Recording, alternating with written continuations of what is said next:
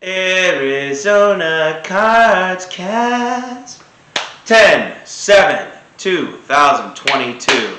It's Friday. Friday is here. The weekend is here. I want to apologize to everyone who had to watch that game in Denver last night. We all just wasted about 3.5 hours of our life. Me and the wifey were kind of joking. Yeah, this game is totally going to overtime after Russell Wilson threw that zone interception. Yeah, 12-9, no touchdowns. I am going to go out on a limb and say that there will be touchdowns scored in Glendale, Arizona this Sunday. Maybe at least 2, maybe 3, maybe more. But anyways, you know what we're going to talk about. What do the Cardinals have to do to beat the 4-0 Philadelphia Eagles on Sunday afternoon in Glendale, Arizona? The world is not giving the Cardinals a chance in that game. But you know what? We are going to talk about what the Cardinals have to do to win a game that I think is very winnable, even though no one on ESPN, no one on CBS, no one on Fox Sports, no one on platform. Kyle Odegaard picked the Cardinals to lose. Everybody is picking the Cardinals to lose this game. And why would you pick them to win? I mean, they didn't lead in regulation until quarter 16 of the season against the Panthers. They were losing the whole game against the Chiefs really bad. They're losing the whole game against the Raiders until that miracle touchdown in overtime. They're losing the whole game against the Rams. They're losing or tied the whole game against the Panthers in what was just an ugly game until the fourth quarter when the Cardinals finally woke up and took over the game. But we're going to talk about what it takes to beat the Eagles. And I'm sorry, I was running out of paper and I didn't want to go and have to pick up more. I just realized I don't have any boards downstairs. So, let's talk. 5 keys to victory. Number 1, the biggest thing. Can't start slow. The Eagles have the number 1 rushing attack over the last 2 years in the NFL. The Eagles know how to run the ball. They know how to milk the clock. The Eagles get a 2-3 score lead. They're just going to sit. Even on drives they punt, they'll run 5-6 minutes off the clock and shorten the game. So the Cards, what they have to do, they cannot start slow. If they start slow, if they fall down 2-3 scores in this game, it's trouble. Make it double. Number 2. I mean, really, there's not much to go over with the cannot start slow. It's good. It's pretty self-explanatory. If you watched any of the Cards games this year, all 4 weeks they've started slow. They still have yet to score in the first quarter. They haven't scored in the first quarter since week 18 of the 2021 season. Number 2, make Jalen Hurts beat you from the pocket. Jalen Hurts, yeah, he's made some throws from the pocket this year. He's definitely a much improved pocket passer, but he's still most dangerous when he's on the move, using his legs, making second reaction plays. What the Cardinals have to do,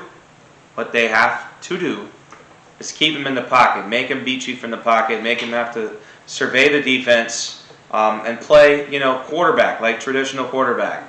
Do not let him get outside the pocket. If he does, you are in trouble. Make it double. Number 3.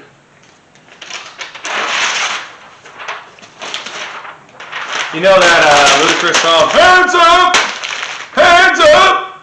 Exactly. Defensive line, hands up! We've been talking about all week. They had 9 batted balls from another kind of shorter quarterback, which Jalen Hurts is as well. He's taller than Kyler Murray, but he's still not, even Aaron Rodgers tall. But yeah, hands up defensive line. As I said, I feel like a big key to this game is batting Jalen Hurts passes down. Another thing to number 2 that I didn't even put is, I think 30 is the number. I think if Jalen Hurts throws more than 30 passing attempts in this game, the Cardinals are going to win. I'm telling you that. You watch. 30 is the number. If Jalen Hurts goes like 18 for 22, that means the Eagles probably ran for 225 yards, probably had 35 minutes of time of possession, and that is not good for Team Redbirds. So hands up defensive line, bat balls down, especially on 3rd down. They got the defense got off the field a lot. Our secondary is not the best, especially at corner. Even though with Trayvon Mullen back, they are a little bit deeper at corner, but still, hands up defensive line. Zach Allen, J.J. Watt, J.J. Swat. Remember back in the day with the Houston Texans? J.J. Swat, because he was always swatting the ball down. Number 4, we go to the Cardinals offense now. Contain the Eagles front. What I mean by that is, the Eagles front 4 is fantastic, led by the ever ageless Fletcher Cox.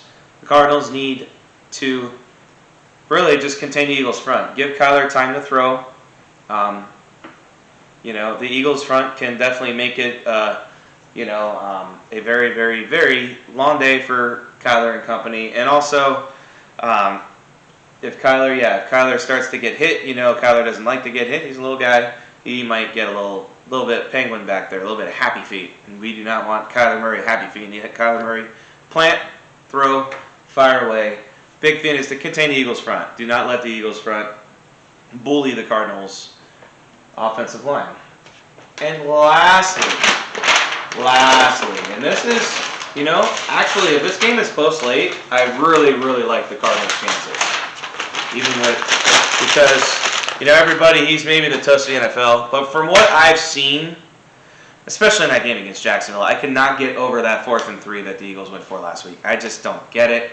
When you're up by, it'd be different if you're up by maybe 4 or 5, but when you're up by 8, all you need is a field goal with 2 minutes left. Jags have no timeouts, and you go for it and give Trevor Lawrence a chance to go and force overtime. Sorry, Nick Sirianni. I've just seen a lot. I've seen a lot. Like, he is the Eagles' weakest link. I don't think there's too many weak with the improvement of Jalen Hurts. Eagles might have definitely the fewest flaws in the NFC, I think, of any team. But I will say, Nick Sirianni, let Nick Sirianni lose this game trying to be a genius instead of, Cliff Kingsbury trying to be a genius. Pretty much it's kind of the battle of the kind of dubious coaches. And I think Nick Sirianni is the one, and I've been saying this, and sorry, I'm just keeping it real. I'm sure no Eagles fans are going to follow me on Twitter, some Eagles fans do follow me on Twitter. No Eagles fans are going to follow me here on YouTube because I'm trashing your coach. I trash my coach too. I do not understand why the Cardinals extended Cliff Kingsbury. After they went 1-5 down the stretch last year to give him a contract extension, that's a plotting failure in my opinion. When Cliff Kingsbury, as Charlie Murphy said in Dave Chappelle, is an habitual line stepper when he got hired as a failed college coach just because Steve Keim was so desperate to find, an innovative play caller. And, if you're hiring an innovative play caller, it's the truth. You got to hire him as the head coach. You can't hire him as the offensive coordinator. Even though I even said I know it would have been boring, I still would have rather him hired, Jim Caldwell over Cliff Kingsbury. But we probably would have been stuck with Josh Rosen. Whatever. Let's not go back in the past. But all I'm going to say, Cliff Kingsbury shouldn't have got a contract extension. Nick Sirianni still looks in over his skis in big spots. And he hasn't been in big spots because the Eagles have been jumping up to big leads every week. And they had a little bit of an adversity last week against Jacksonville. But before the half, the Eagles were already up 20-14 because Trevor Lawrence couldn't hold on to the wet football. So that game's played in drier conditions. Eagles might already have an L on the board. But anyways, let Sirianni screw this one up. And the Cardinals, the biggest thing, the number 1, 2, 3, and 4, and 5, I know it was everything I had on there, is the Cardinals that have to come out of the gates roaring this week. They cannot fall down 14-0, 10-0. They have to come roaring out of the gates, ready to go. The defense played great to start the game last week, but still no jet sweeps on 4th and inches with Rondale Moore, please.